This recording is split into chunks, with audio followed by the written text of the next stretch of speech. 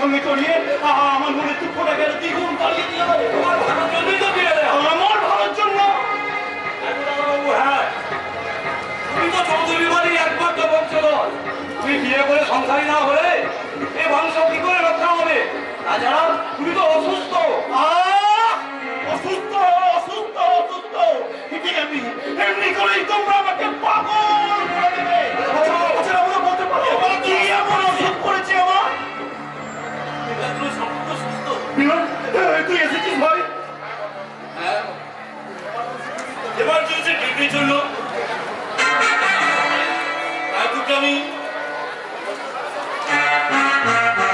আমি আমি বিয়ে ফুলসজ্জা কিছুতেই মন থেকে মেনে নিতে পারছি না রে।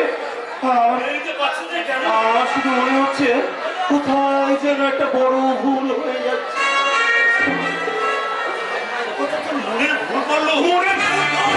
মনের ভুল নয়, বলতে পারিস কেন কেন বাবাকে মার্ডার করা হলো? বাবার মৃত্যুর পর আমি দিনে দিনে শারীরিক মানসিক দিক দিয়ে কেন এমন অসুস্থ হয়ে পড়ছি? বাবার মৃত্যুর শোক ভোলার আগেই একটা অজানা অপরিচিত মেয়ের সঙ্গে আমার কেন বিয়ে দেওয়া হলো? জীবন থেকে আমি মুক্তি চাইনি মিলন। তুই কেমন করে হোক আমার জীবনের ব্যবস্থা করে দে ভাই, আমার জীবনের ব্যবস্থা করে দে। কথা থেকে বলো না। আমার পর থেকে ঘরে ঢুকতে জ্বালাইনি, কেউ গাইনি সত্যাবতীর গান। সংসারে লক্ষ্মী আসবে, আবার আমরা শুনতে পাবো সন্ধ্যাবতীর গান। যদি তাই হয় তাহলে তোমার বৌদিমণিকে তোমার ঠাকুর ঘরে সিংহাসনে বসে রেখো, সে যেন আমার সামনে নাম আছে।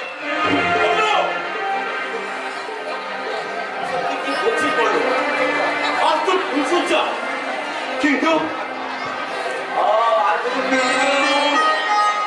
শান্ত ওই দেখো বৌদিমণি এদিকেই আসবে।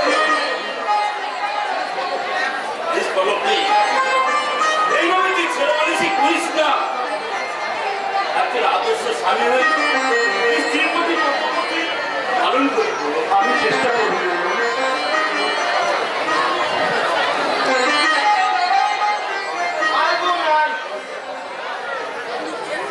এবার থেকে ঘর সংসার সব তোর নিজে।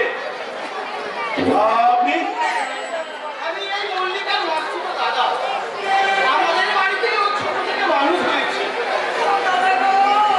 আমি কেমন করে তোমায় ছেড়ে থাকবো গো?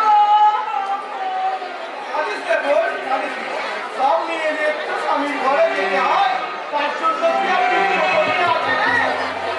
তাহলে আমি কথা দিচ্ছি রোজ আসবো। ঠিক আসবে তো? নিশ্চয়ই আসবো। তোকে না দেখে আমি কি থাকতে পারি বল? কি ভাইয়া আসবো তো? নিজের বোনের বাড়ি আসবেন, তার জন্য আমার পারমিশন কিসে? যখন মন চাইবে তখনই চলে আসবে। আর আমার কোনো চিন্তা নেই, যখনই মন চাইবে তখনই চলে আসবে। তবে ভাইয়া আমার একমাত্র বোন তোমার হাতে তুলে দিয়ে গেলাম, তুমি ওকে একটু আদর যত্নে রেখো। ও যদি কষ্ট পায় তাহলে আমি মরেও শান্তি পাবো না। আমি চেষ্টা করব।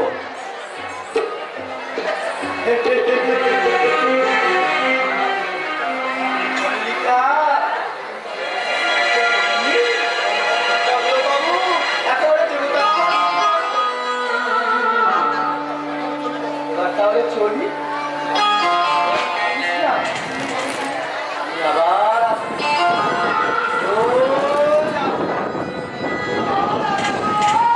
আমি কেমন করে তোমায়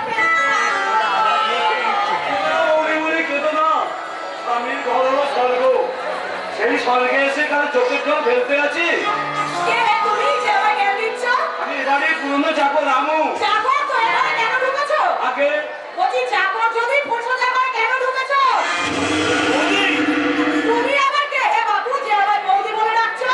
মল্লিকা, ও আমার বন্ধু মিলন। ফুলসজ্জার ঘরে আমি অত বন্ধু টন্ধু পছন্দ করি না। প্লিজ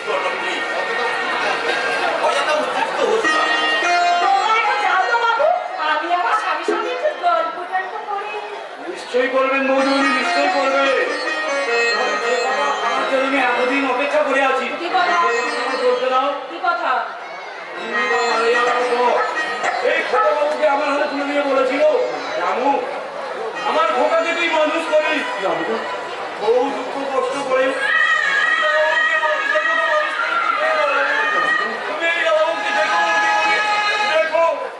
রামুদা, রামুদা, আমি চলে পড়লো। মল্লিকার ব্যবহারে তুই কষ্ট পেলি তাই বলে? কেন ঠিকই কথা বলেছি। আজকে রাতটা সবার জীবনে এই রাতটাকে যায়, তবে যাওয়ার সময় তুই একটা কথা বলে যায়, এই স্বামী হয়ে স্ত্রীর প্রতি কর্তব্যের কোনো ত্রুটি করিস না। আর স্ত্রী যেমনই এলো তাকে মনের মতন করে নেওয়া দায়িত্ব চলে পড়লো। মল্লিকা, আজ এই রাত তোমার আমার জীবনে একটা বন্ধুময় রাত। এই রাতটা সঙ্গী করে রাখার দায়িত্ব তোমার আমার দুজনা। এসব মল্লিকা, তোমার আমার চাওয়া পাওয়ার পরিপূর্ণতা আজ এই রাতটাকে মধুময় করে তুলি। না বাবু, আজকে তো আমি ঘুমোবো। ভাবে হ্যাঁ, আজ আমার কাছে প্রথম দিন, তাই এই প্রথম দিনটা আমি একটু বিশ্রাম করে কাটাচ্ছি। তুমি তুমি আমার কোলে মাথা রেখে শো, আর আমি তোমার মাথায় হাত দিয়ে দিই। আপনাদের কথা, আমি আপনাদের মাথায় রেখে শুই, আর ও আমার মাথায় হাত ধরুক। অমন বেঁচে আমি নই বাবু। মল্লিকা, আমি তোমার স্বামী মল্লিকা। আরে থামো বাবু, থামো। স্বামী হলে তো আর তুমি আমার আসল স্বামী। মল্লিকা, তুমি তো আমার আসল স্বামী। ওই আসল কাজগুলো পড়বড়ে।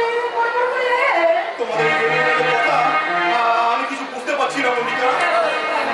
ভালো ভালো কথা শোনাবো, ভালো ভালো ভালো গান শিখিয়ে তোমার মনে আমি করিয়ে দেবো। এখন একটা গান শোনাবো। বেশ, শোনা।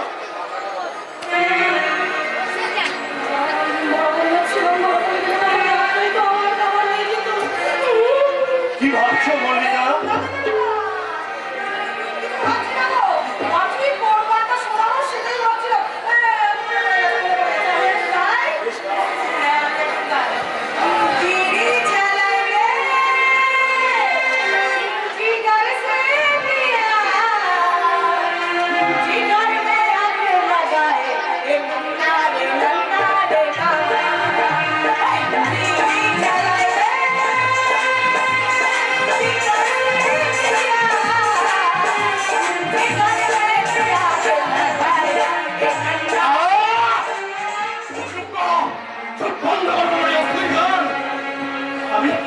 আমি ভেবেছিলাম তুমি একদম শিক্ষিতা, সুরুচি কন্যাশ্রী, ভালো মেয়ে, কিন্তু তোমার মনের মধ্যে এত এত কলঙ্ক, এত অন্ধকার।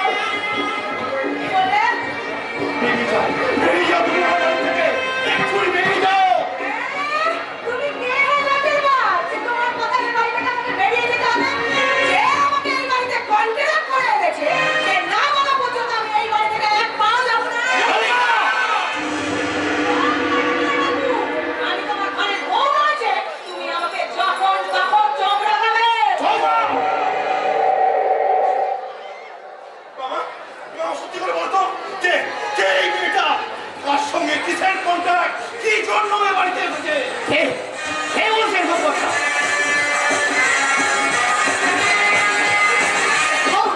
ওনাকে আমি কতবার বলছি, পল্লব অসুস্থ, ও বিশ্রামের প্রয়োজন।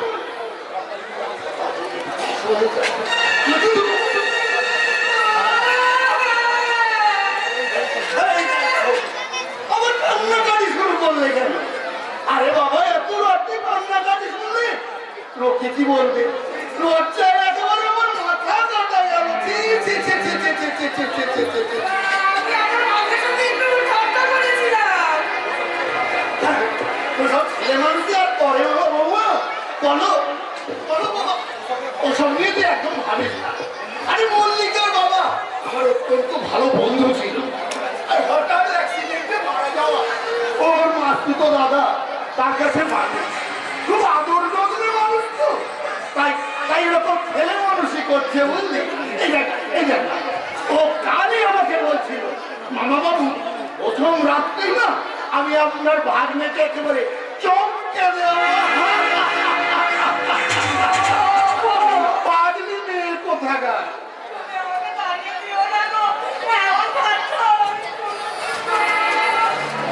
তোমাদের মিলো মিলো কথার সঙ্গে আমার দমে করে বন্ধ হয়ে আসছে, মাথার মধ্যে আসে পড়ছে অসংখ্য চিন্তা, বিশ্বাস ও বিশ্বাসের মাঝে দাঁড়িয়ে আমি একটু একটু করে নিজেকে আমি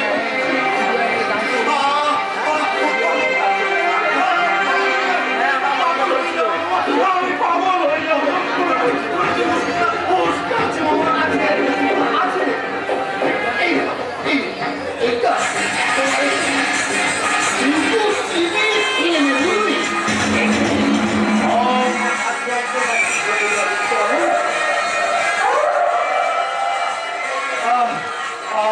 কি শান্তি, সমস্ত চিন্তার ঢেউগুলো আস্তে আস্তে বিলীন হয়ে যাচ্ছে, মাথা থেকে হারিয়ে যাচ্ছে সমস্ত অবিশ্বাসগুলো। আমার ভাঙা মনে আজ অজস্র রঙিন আসছে মিয়া। দেখো আমি কত সুখিয়া, বাবার মৃত্যু শোক আর আমার বুকে বাজে না। মনিকা মনিকা তুমি নাচো গাও, আচ্ছা এমন করে করো আজ এই রাতটাকে একেবারে একেবারে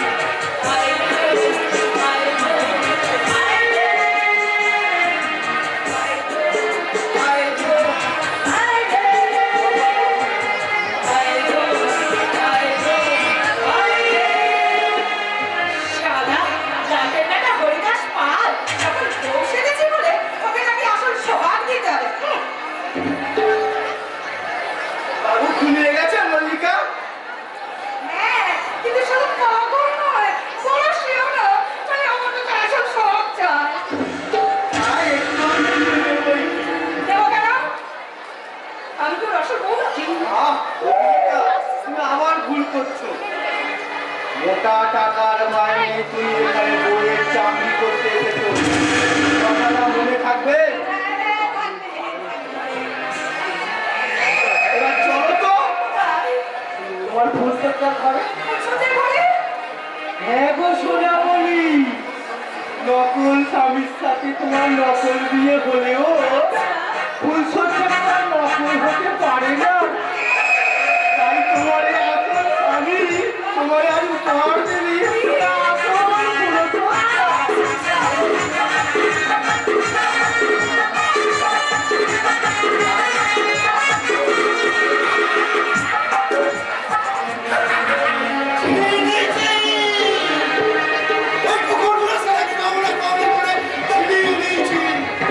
কতদিন আমি পেট ব্যথা, খাইতে বাবুদের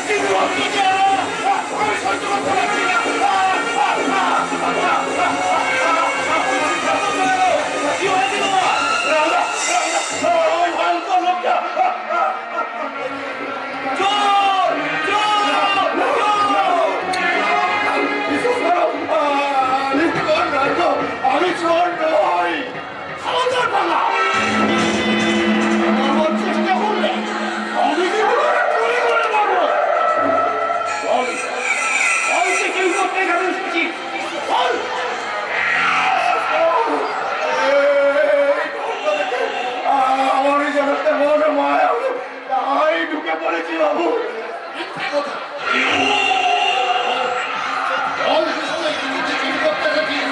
বল, বল বাবা।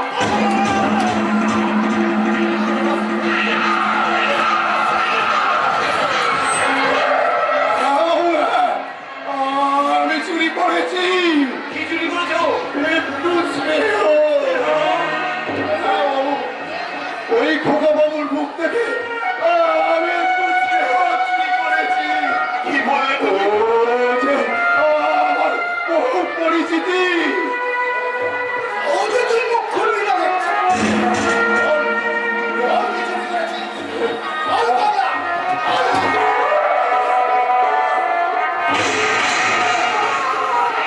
চিনেছি, আমি চিনেছি, ওকে আমি চিনতে পেরেছি।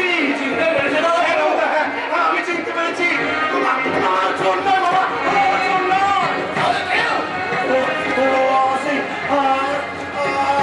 স্বপ্নে দেখা আগুনের কলমটা আগুনের মধ্যে আটকা পড়ে বাঁচাও, বাঁচাও বলে চিৎকার করে বাঁচার জন্য দু হাত পেতে আমার দিকে ছুটে আসে।